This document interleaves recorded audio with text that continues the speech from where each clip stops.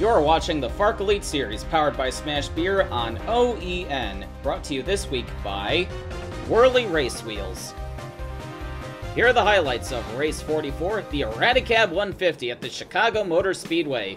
And taking his first Marlisle pole of the season is former U.S. Marine Drill Sergeant Harry S. Enola in the 45 for Peter Irving Gray Sports, but Ryan Matthews gives him a run for his money entering turn 1, but Enola has the preferred line, and he's going to hold off Matthews for this first lap. Rachel Rainsford, coming to the end of lap 2, smacks the wall running in 4th, and gives Jim Hayes a bit of a scare. Zach Webster gets turned around by Aoi Mizushima right in front of everybody. Isaac Leitner goes shooting off into the infield. Bigsby Foot bounces back in front of traffic, and Jeremy Baker joins him as the 14 goes around. Several others get a small piece of that. Leitner and Reed Bullitt are not paying any attention, coming back up onto the track, and they both go into the wall at the same time, taking J.W. Lester and Jeremy Baker. Reed Bullitt and Jeremy Baker would go out of the race in this much longer than necessary accident. After the restart, Robert Nelson hits the wall. Monroe bounces into the 91 of Seiji Daiho, sending him for a small spin and putting us back under the Vickers Collision and Glass caution. Libby Bell in the 16 took the lead after a round of pit stops, but Enola and Matthews both had problems on their stops, and they end up in 28th and 29th. Not a fun situation to be in, especially if you're Ryan Matthews and trying to protect your points lead. It's been a very good weekend for Jack Dempsey so far. He won the pole and finished 5th in his sprint, and now he takes the lead from Libby Bell, but here comes Taylor Brillin almost making contact with the 40, and Brillin will clear Jack Dempsey to take the lead in M&J's home race. They're based in nearby Forest Park. Lap 33, Harry S. Enola has made his way forward, and he is now 10th. Back up front, Ritt Tyler breaks away from the pack, and now he tries to chase down Taylor Brillin in the 9. He's one of the fastest cars on the track so far, and with a little bit of help from the lapped car of Alex Witt, Ritt Tyler claims the lead for himself. Aoi Mizushima brings out the next Vickers Collision and Glass caution at about lap 50, bouncing off the wall and collecting Robert Nelson, the Sprint 2 winner. Mizushima was running 34th, a couple laps down. Taylor Brillin took the lead back from Rick Tyler after pit stops, but here comes Tyler with a charge around the inside of the 9. Kevin Monroe in the 63 had a pit shortly before that caution and fell a couple laps down. Joseph Howard and Aoi Mizushima end up in the wall after Howard tries to fit himself in between Mizushima and the X2 of Henry Santos. Leslie Riggs now makes a charge, getting by Taylor Brillin and trying to chase down the 16 of Rick Tyler. However, Joseph Howard, despite that contact with the wall, is now the fastest car on the track. He just set a blistering lap of 29.3 last time around, and he's going to have no trouble getting around the 64 of Leslie Riggs. Just as Allie Riggs, the younger of the Riggs sisters, has an engine failure. And also having an engine failure would be Ryan Matthews, who had just made his way back up to 7th. This is going to be very costly for his championship bid, as this is his second DNF in 3 races. Matthews would finish all the way back in 37th. Back up front, Joseph Howard comes after Rick Tyler for the lead after Tyler gets held up by the 20 of Kenny Brillin. But with Howard's speed, he was probably going to get by the 24 anyway. And now Howard comes up on his teammate Jim Hayes, who stands to gain a lot from Ryan Matthews going out of the race. But Howard could not afford to take it easy on his teammate, as Rick Tyler was bearing down on him very quickly. And now with a little help from the 99 of Zachary Zins, Ritt Tyler takes the lead back. And while all this was going on, Monica Rook went out of the race from 15th with an engine failure. Joseph Howard is going to catch up to the 24. Dan Lecklighter in the 10 moves out of the 17's way, and Joseph Howard takes the lead once again.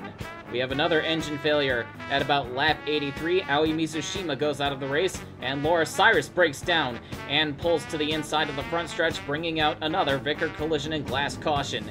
And for whatever reason, coming back to the caution, Joseph Howard feels the need to rough up Kenny Brillin. That's a good strategy by our defending series champion to risk destroying the fastest car on the track. Bigsby Foot had a tire go down shortly before the caution came out, as did Libby Bell. The teammates were running inside the top 10, and now they find themselves off the lead lap. It hasn't been a great day for Zach Webster, and now he goes out of the race under this caution. Joseph Howard leads on the restart at lap 99. There are 7 cars remaining on the lead lap, and Howard finds himself trapped in a bunch of lapped cars, as does second place Leslie Riggs, so she's not going to be gaining an advantage on Howard being stuck in traffic. But whatever made Howard fast on that last run has now gone away, as he's struggling to get by the lapped car of Nanami Miura. Leslie Riggs and Rip Tyler, after breaking away from the pack, would reel him in, and here comes Leslie Riggs on the inside of Joseph Howard to claim the lead for the first time today. And coming to 40 laps to go, she adds insult to injury for Joseph Howard by getting by the 39 car relatively easily. And Miura would have more problems as she gets turned around by Rachel Rainsford. Jim Hayes and Isaac Leitner go into the wall. Miura quickly gets that car pointed in the right direction, and she will keep going. And as Jim Hayes tries to drive away from this incident, Makoto Yamada is not paying any attention whatsoever and drives into the back of the 77. It has not been a good day for the sprint winners. Robert Nelson goes out of the race as Gabriel Messina is a lap down. After the restart, J.W. Lester's car breaks down on him. No sound coming from the 5-0 at all. That car is done for the day. And after the following restart, Makoto Yamada is not done with his rampage against the Tom Delgado cars, and he takes Joseph Howard into the wall and out of the race. And I'm sure that Makoto Yamada is going to get a reminder of Tom Delgado's past as a heavyweight boxing champion. You're not missing anything up front. Leslie Riggs and Rip Tyler still lead this race, but back in third, battling with all the lapped cars, is Kelly Splicen in the 96, and in fourth place, pursuing Splicen, would be Harry S. Enola. Leslie Riggs and Rip Tyler have broken away from the pack. Rip Tyler has been all over the 64, but has not been able to make a move. With 14 laps to go, Jason Bates has to come into the pits from 5th. That's going to put him a lap down, and then disaster strikes the 64. Leslie Riggs pulls to the inside and out of the lead with a sudden mechanical failure. She's going to come to a stop on the inside and bring out the Vickers Collision and Glass caution with 10 laps to go.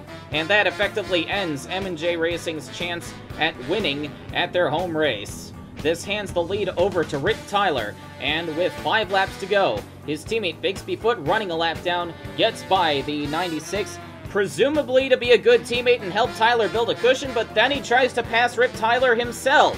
However, before you grab your torches and pitchforks, I should point out that the closest position battle to Bigsby Foot is the one for 6th between Taylor Brillin and Jim Hayes, so I think Bigsby Foot was trying to get away from these two and solidify 5th place for himself.